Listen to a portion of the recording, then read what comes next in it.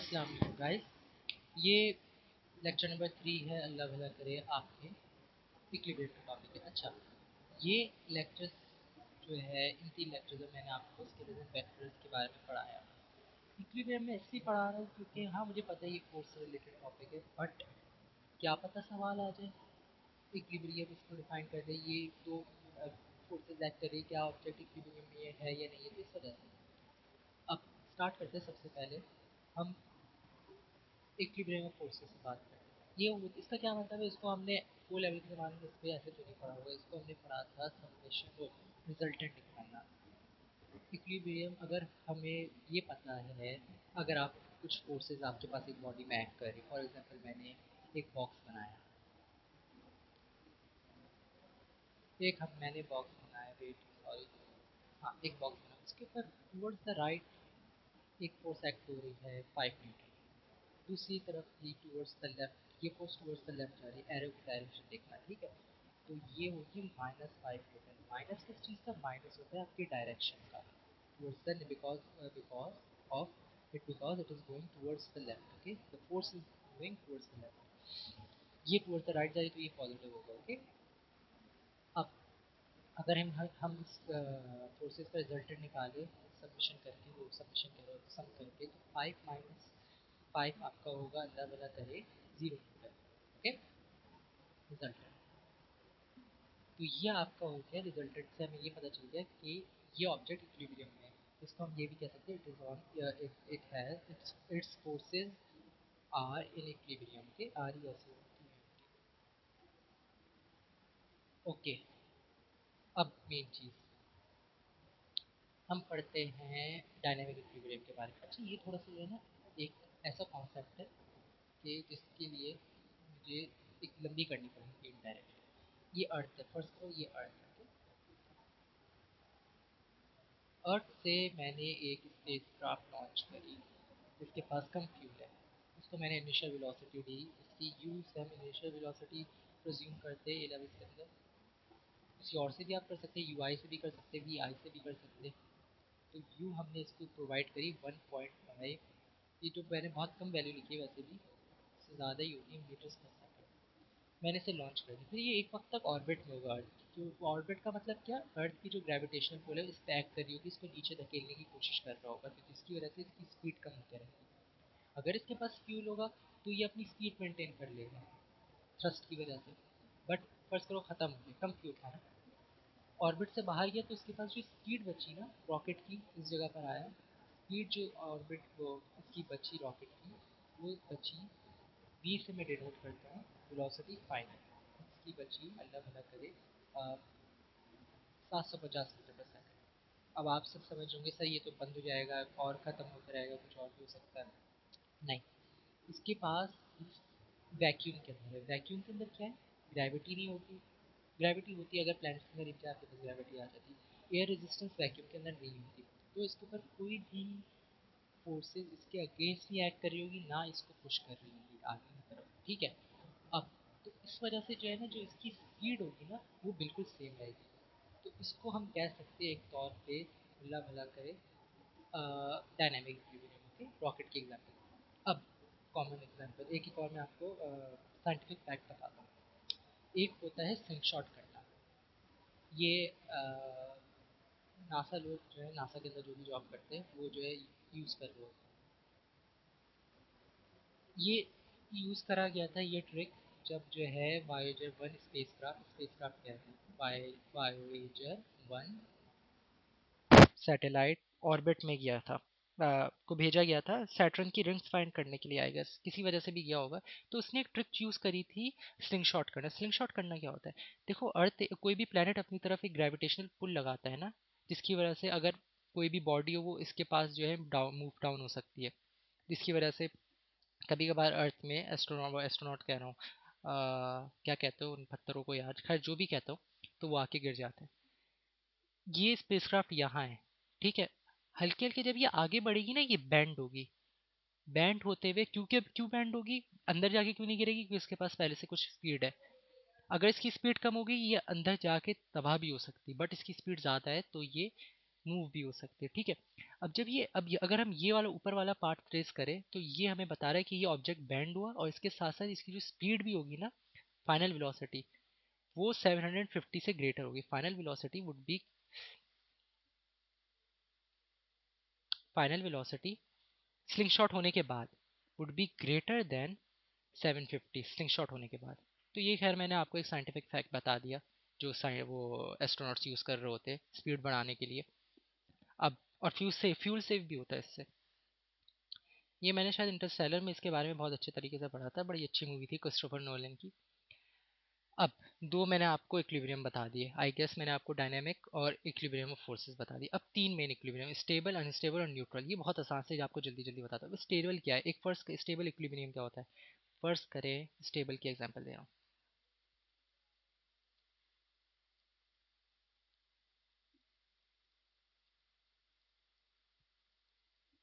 एक आपके पास बुक है, बुक की सेंटर बुक की सेंटर ऑफ ग्रेविटी का वो हार्ट कैसे बन गया, चलो छोड़ो इसे डॉट ही समझना। ये बिल्कुल टुवर्ड्स द सेंटर इसके काम कर रही होगी, सेंटर ऑफ बॉडी ऐसे भी फाइंड करते हैं हम क्रॉस बनाकर। ये एक वो लेवल में हम ट्रिक पढ़ा करते थे। सेंटर पॉइंट इसका यह है, यहाँ से बिल्कुल नीचे लाइन ड्रॉ करो, यहाँ पर इसकी सेंटर ऑफ ग्रेविटी एक्ट कर रही होगी, ठीक है। अब हमने इसको थोड़ा सा डिस्प्लेस करा, इसी ऑब्जेक्ट को हमने थोड़ा सा डिस्प्लेस करा, मतलब बुक है ना, उसको नीचे से ऊपर एक साइड से, यहाँ से हमने किसी ने हाथ दिया बुक को और ये हमने उठा के ऐसे कर दी बुक को, ठीक है। ऐसे कर दी, ये देखो यहाँ पर रेस्ट में नहीं है ये, वो खुद बोलोगे इतना कम सरफेस एरिया, और बुक की जो सेंटर पॉइंट क्या होगा, इस जगह पर हम लाइन ड्रॉ करते हैं जरा, इस जगह पर हो रहा है। अब ये वापस से अपनी इनिशियल पोजीशन में जाके गिर जाएगा, मतलब ये होता है आपका स्टेबल इक्विलिब्रियम, ठीक है। अब अनस्टेबल क्या होता है, अनस्टेबल जो है अपनी, बस ऐसे ही समझो कि बड़ी कॉमन सी एग्जाम्पल, अनकॉमन सी एग्जाम्पल दूंगा, ठीक है। ये आपने कभी सुनी नहीं होगी बट इससे मुझे समझ आया था, मैं और बच्चों को भी समझ आ जाएगा इंशाल्लाह। मैंने एक बॉल ली, ठीक है। अब बॉल को अगर मैं थोड़ा सा भी डिस्प्लेस करूंगा ना, बॉल ली मैंने, इसको मैंने यहाँ से पुश करा, ये इस जगह पर रोल होगी जाकर, राइट। जब ये इस जगह पर रोल होगी, इसका जो है पोजीशन भी चेंज होगी, और इसका जो है पोजीशन चेंज होगी, और ये डिस्प्लेस भी हो जाएगी अपनी ओरिजिनल पोजीशन से। ये ऑब्जेक्ट अपनी ओरिजिनल पोजीशन से डिस्प्लेस नहीं हुआ, ये वाली की बात कर रहा हूँ मैं, ये डिस्प्लेस नहीं हुआ, ये डिस्प्लेस भी हो जाएगा और ये अपनी ओरिजिनल पोजीशन में भी नहीं रहेगा। अब हम न्यूट्रल इक्विलिब्रियम की बात करते हैं। इसकी एग्जांपल भी बड़ी अनकॉमन दूंगा, एक हिल ली मैंने, न्यूट्रल की तरह नीचे देता हूँ, न्यूट्रल। थोड़ी सी बड़ी एग्जांपल होगी इसकी, एक मैंने क्लिफ ली, ये क्लिफ है समझना, ठीक है। ये क्लिफ ली मैंने और अल्लाह भला करे यहाँ से मैंने कोई गाड़ी को ज़मीन में गिरा, यहाँ पे कोई गाड़ी गाड़ी नहीं, चलो बॉल की एग्जांपल देता हूँ। बॉल मैंने दी और मैंने बॉल को थोड़ा सा पुश करा, जहाँ से नीचे रोल होते हुए यहाँ पर न्यू पोजीशन में आ जाएगी। ये होता है न्यूट्रल इक्विलिब्रियम आपका, ठीक है। मतलब ये अपनी नई पोजीशन में चले जाएगा डिस्प्लेस होने के बाद। अच्छा, इनकी जो है ना डेफिनेशंस भी याद कर लेना, स्टेबल और अनस्टेबल के तो सवालात आ रहे होते हैं शायद। अब मैं पासों पे चेक भी करूँगा इनके, और ये मैंने बस इक्विलिब्रियम के बारे में आपको पढ़ाना था। अब पासिबस की तरफ आते, अच्छा इसके जो टॉपिक के पास पेपर है ना, अल्लाह भला करे वो बहुत कम है, तो एक सेकंड। अब पास पेपर की तरफ आते हैं। पास पेपर का सबसे पहला सवाल, अच्छा ये जो है ना, ये अल्लाह भला करे ये वाली चीज़, ये वाला जो सवाल है ना,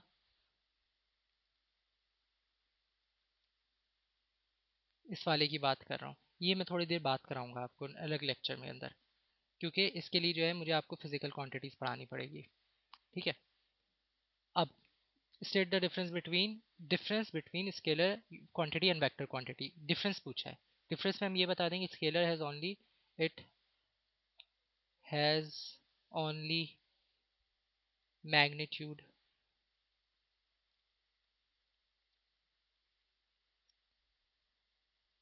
it has both magnitude and direction.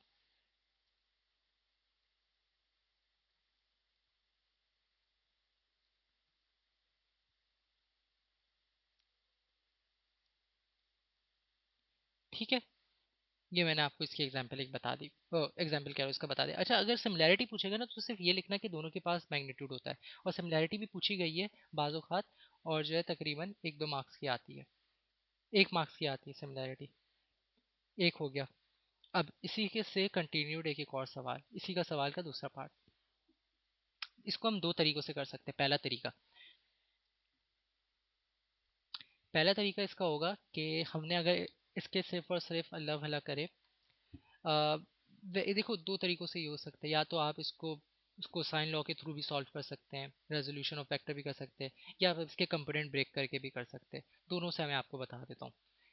Two forces of magnitude 6 and 8 act at point P, both forces act away from point P. Act away मतलब जो इसका वेक्टर होगा, वेक्टर मतलब डायरेक्शन इसकी इस तरफ की होगी, and the angle between them is 40 degree. Shows two lines at angle of 40 to one another. Draw a vector diagram to determine the magnitude and the resultant of two forces. Vector diagram बनानी है। ये कैसे बनाए? ये वाली हमने इसको line ए कह देते हैं हम, 6 and 8। अच्छा, 6 को हम प्रज्यूम कर लेते हैं, ए को हम 6 प्रज्यूम कर लेते हैं, इसको हम 8 प्रज्यूम कर लेते हैं। ओके, अब हमने ये वाली लाइन को सीधा इसी तरीके से बना लिया। एक कोई सी लाइन हमने चूज कर ली, ये वाली चूज कर ली हमने। ठीक है, हमने इसको बिल्कुल स्ट्रेट बना लिया। ये क्या है? ए, वेक्टर ए, और इसकी वैल्यू है 6 न्यूटन। फोर्स ए, चलो फोर्स ही बोलूंगा मैं। और ये दूसरा हम बना रहे हैं जो कि एलिवेटेड था ना जरा, जो बी की वैल्यू थी 8, तो वेक्टर बी जिसकी फोर्स बी जिसकी वैल्यू है तकरीबन 8 न्यूटन। अच्छा, ये देखो एंगल जो है ना इस जगह पर नहीं बनेगा, हॉरिजॉन्टल से एंगल 40 डिग्री था ना, तो यहाँ पर भी हॉरिजॉन्टल से हम लेंगे एंगल 40 डिग्री का। एक स्ट्रेट लाइन में एंगल 180 डिग्री का होता है, मुझे पता है ऐसी एग्जांपल मैं करा चुका, बट फिर भी पास पर स्टिल करा रहा हूँ, क्या पता नहीं समझ आए हो।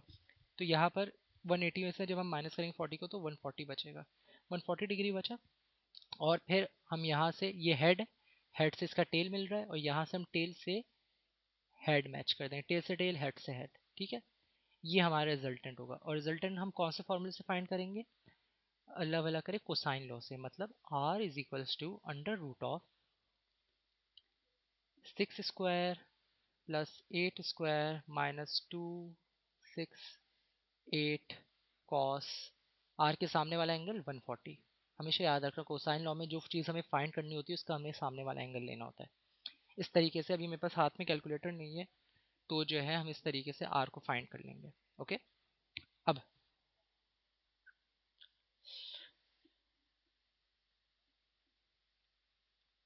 इसका, हाँ, दूसरा सवाल। A student has asked to determine the linear acceleration of a toy car as it moves down the slope. He sets up apparatus.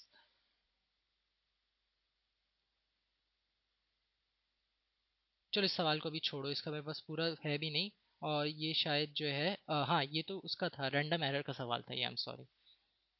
ये वाला सवाल अब देखते हैं। हाँ, इस तरीके का मैंने करा दिया था एग्जाम्पल, फिर भी वापस से करा देता हूँ। ओके, ये पास पेपर का सवाल है।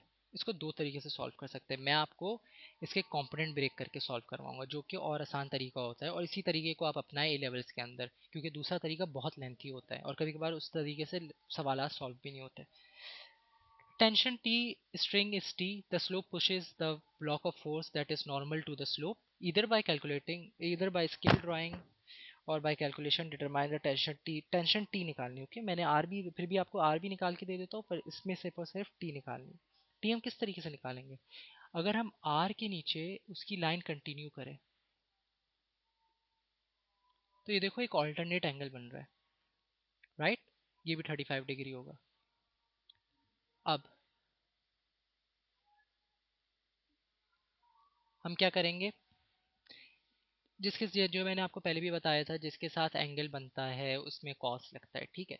तो अगर हमें सिर्फ टी फाइंड करना है, बट स्टिल मैं आर का भी बता दूँ। आर अगर हमें निकालना हो ना, नॉर्मल रिएक्शन क्या होता है? नॉर्मल रिएक्शन वो फोर्स होती है जो जमीन कोई सी ऑब्जेक्ट पे लगाती है उसको, मतलब इक्विलिब्रियम में रखने के लिए, ये होता है नॉर्मल रिएक्शन। ओके, जैसे गाड़ी अपना वजन जमीन में लगाई तो जमीन भी न्यूटन के थर्ड लॉ के हिसाब से उतनी ही फोर्स गाड़ी पे भी लगाएगी, राइट? उसी तरीके से ऐसे समझो, फर्ज करो आपने अपना हाथ मुक्का जो है, वही वाली जो हम एग्जांपल देते हैं कि हमने किसी बच्चे को चमाट मारा, वो भी हमें उसी फोर्स से चमाट मारेगा, तो जो है वो न्यूटन का थर्ड लॉ होगा। इसी तरीके से समझो। आर अगर हमें निकालना, if you want to find R, then R would be equals to क्या? 25 cos 35, 25 cos 35, अगर हमें आर फाइंड करना हो। बट हमें क्या फाइंड करना है? टी। टी क्या है? स्ट्रिंग है ना। अगर हमें इक्विलिब्रियम में चाहिए तो जो है इक्विलिब्रियम में ही है ना, एक बार चेक कर लूँ मैं। हाँ, इक्विलिब्रियम में ही होगा ऐसा सवाल, क्योंकि कोई और मुझे फोर्स दिख नहीं रही। अच्छा, टी हमें निकालने के लिए जो है ना, हम सीधा सीधा करेंगे left is equals to right. Left is equals to right force. अब लेफ्ट कौन सी फोर्स लग रही है? आप तो बोल रहे होंगे लेफ्ट लगी नहीं, बट नहीं, एक फोर्स लग रही है लेफ्ट की तरफ, बट उसका उस फोर्स का एक कंपोनेंट लग रहा है, हॉरिजॉन्टल कंपोनेंट लग रहा है। लेफ्ट वाली क्या फोर्स होगी? 25 sine 25 sine 35 is equals to T. इस तरीके से हम टेंशन निकाल लेंगे। ऑलराइट, इससे हमें 3 मार्क्स भी मिल गए, मुबारक हो। अब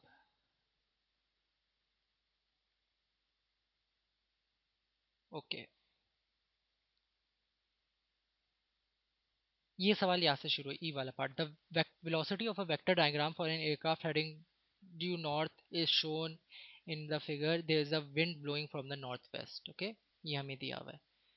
the speed of the wind is 36 and the speed of the aircraft is 250। इसकी स्पीड क्या है? 250 मीटर्स पर सेकेंड। इसकी स्पीड क्या है? अल्लाह भला करे, 36।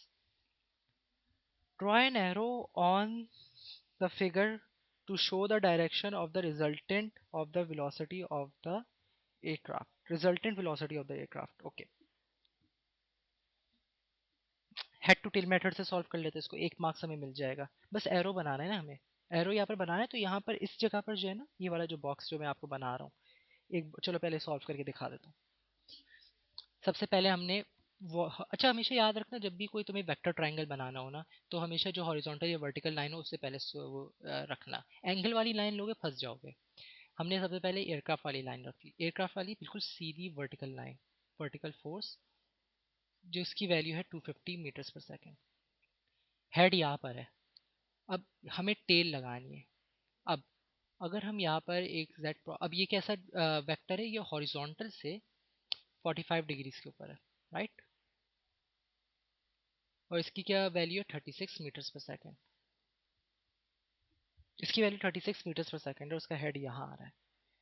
तो हमें यहाँ से हम इसको टेल से इसको कनेक्ट करेंगे, अल्लाह भला करे। अब और इसका हेड यहाँ बन रहा है, ठीक है। इसकी क्या ये, हम इसको पहले एक ट्राइंगल बन गया, ये राइट एंगल ट्राइंगल बन गया। ओके, ये क्या डिग्री था? 45। तो ये वाला भी क्या एंगल होगा? 90 प्लस 45, 45 प्लस 45 90 होता है, 90 प्लस 90 इक्वल्स टू 180। तो ये वाला भी जो एंगल होगा ना, ये भी आपका 45 डिग्री होगा। ओके, यहाँ पर मैं लिख देता हूँ 45 डिग्री, ये वाला एंगल भी होगा। ओके, दो चीज़ें बता दी। अब हमें क्या करना है? टेल से टेल को कनेक्ट करना है, हेड को हेड से कनेक्ट करना है। हमें कुछ फाइंड नहीं करना है, ठीक है, बस हमें दिखाना है कि रिजल्टेंट का वेक्टर बता दो बस आप मुझे।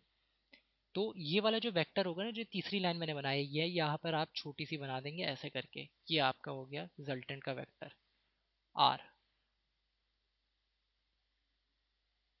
ये आपको 1 मार्क्स मिल गया फ्री के। फिर भी बच्चों की वजह से बच्चे ये भी नहीं कर पाते, इतना कम मेरिट, या मेरिट कह रहा हूँ, इतना कम थ्रेशोल्ड हो जाता है कभी कभार। तो जैसे 2016 में हुआ था, अगर आप लोगों ने सुना हो। Determine the magnitude of the resultant velocity of the aircraft. Magnitude हमें निकालना है रिजल्टेंट वेलोसिटी का, ठीक है। मैग्नीट्यूड हम किस तरीके से निकालेंगे?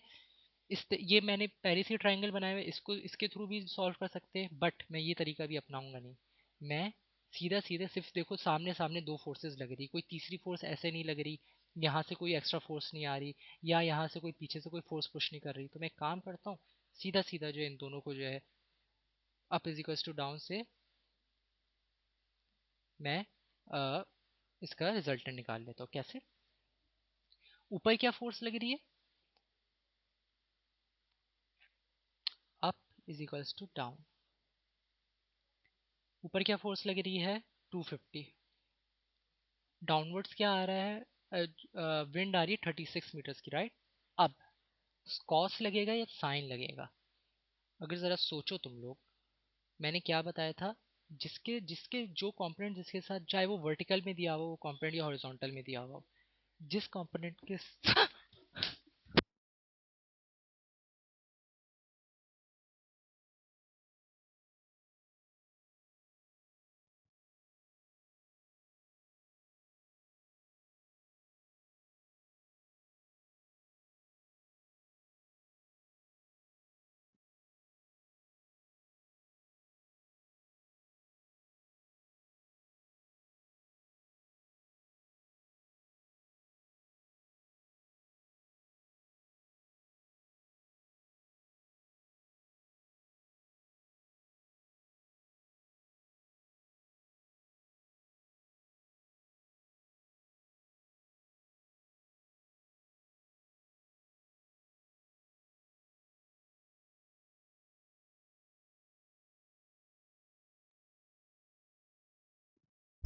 सॉरी, अच्छा, क्या लगेगा यहाँ पर? वर्टिकल कंपोनेंट बन रहा है, इसका हॉरिजॉन्टल कंपोनेंट तो ये हुआ ना, इसका हमें वर्टिकल कंपोनेंट देखना है। वर्टिकल कंपोनेंट हम इसका किस तरीके से निकालेंगे? 36 साइन 45 करके, नहीं, हाँ 36 साइन 45 करके, 36 साइन 45। अब हम इन दोनों को माइनस करा देंगे, 250 माइनस 36 साइन 45, इसका आंसर हो जाएगा। ओके, रिजल्टेंट वेलोसिटी का। कैलकुलेटर नहीं इसलिए अभी मैं कर नहीं रहा, आई एम सॉरी। और कोई सा सवाल है? आई गेस इतने ही थे। हाँ, तो ये दो सवाल थे, जैसे मैंने आपको बताया, स्केल और वेक्टर के, सिर्फ स्केल और वेक्टर्स के सिर्फ दो या तीन ही सवाल है जो आपके पास पेपर में दिखेंगे, आई गेस, जितने मेरे नॉलेज के हिसाब से। शायद मैं गलत भी हो सकता हूँ, क्या पता मैं गलत ही हूँ। अब इसके बाद जो हम पढ़ेंगे टॉपिक, वो हम पढ़ेंगे, अल्लाह भला करे, बेसिक यूनिट्स के बारे में, ठीक है? फिर उसके बाद हम एरर्स एंड एक्यूरेसी के ऊपर पढ़ेंगे। Alright, thank you very much, Allah हाफिज़।